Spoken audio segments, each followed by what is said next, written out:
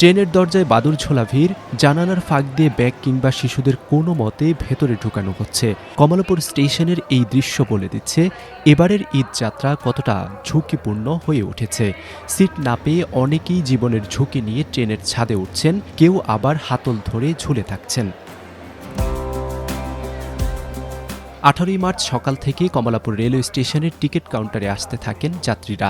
ছুটি আর বাড়ি ফেরার তাড়া মিলে কমলাপুর স্টেশনের প্রবেশপথ থেকে ব্যাগপত্র আর পরিবারের সদস্যদের নিয়ে সবাই ছুটে যাচ্ছেন প্ল্যাটফর্মের দিকে।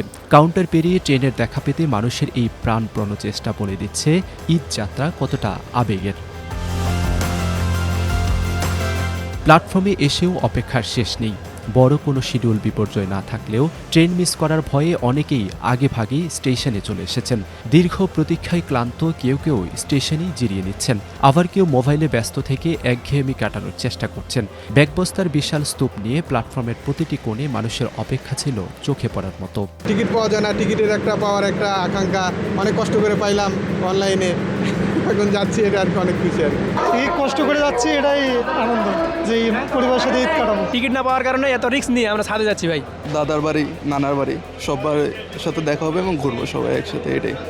অনেক কাজিন আছে, ওদের সঙ্গে খেলা করি, মাঠে যাই, আর অনেক খেলা করি। পরিবারের সাথে ঈদ করব, আমার আবার ছোট বাচ্চা আছে, বাচ্চার সাথে এটাই আমার প্রথম ঈদ। এই ঈদের আনন্দই আলাদা। অনেক দিনের একটা ছুটি হয়েছে, চারিদিকে ফুর্তি করবো আর এসে যে অন্যজনের গুতা দিম আর কি। বউ বাচ্চা আছে, এদের সাথে ঈদের ছুটিটা কাটানো উপভোগ করতে অনেক ভালো লাগে। ভিড় সামলাতে নানামুখী নিরাপত্তা ব্যবস্থার কথা বলা হলেও সাধারণ যাত্রীদের অভিযোগের শেষ নেই। স্টেশনের প্রবেশপথে কড়াকড়ি থাকলেও ভেতরে ঢোকার পর শৃঙ্খলা বজায় রাখতে হিমশিম খাচ্ছেন নিরাপত্তা কর্মীরা। টিকিট থাকা সত্ত্বেও বগিতে উঠে স্বস্তিতে যাতায়াত না করতে পারার কথা জানান অনেকেই। ভূতের কারবার নাকি 1 সেকেন্ডে বা 2 সেকেন্ডে পুরো অনলাইনে বুকিং। এরা কি পরে দিতে, এরা কি প্রিন্ট করে কি লোক ঢুকাই আস্তে আস্তে। এই ট্রেনটা চিলারি ট্রেনটা 5টায় ছাড়ে, ঠিক আছে? এখন বাজে কয়টায়? এখন 4:30। তার আগেই আপনি দেখতেছেন যে কি অবস্থা, উত্তরবঙ্গের মানুষ কীরকম করে যাতায়াত করে, আপনারা ঈদের সময় এটা ভালো করেই জানেন। মূলত 10 দিন আগে থেকে ট্রেনের টিকিট ছাড়া হয়, কিন্তু আমরা সকাল 8টায় দুইবার ট্রাই করছি আপনার এই দিনের জন্য এবং কালকের জন্যও। আমরা টিকিট পাইনি ভাই। এই ভোগান্তিটা বাংলাদেশে এত কেন জানি না। আমরা একজন না, আমার ফ্রেন্ড সার্কেল অনেকজনই টিকিট কাটার জন্য ট্রাই করছি, কিন্তু টিকিট পাইনি। স্ট্যান্ডিং টিকিট দিছে, সিট নাই, সিট তো অনেক আগেই শেষ হয়ে যায়।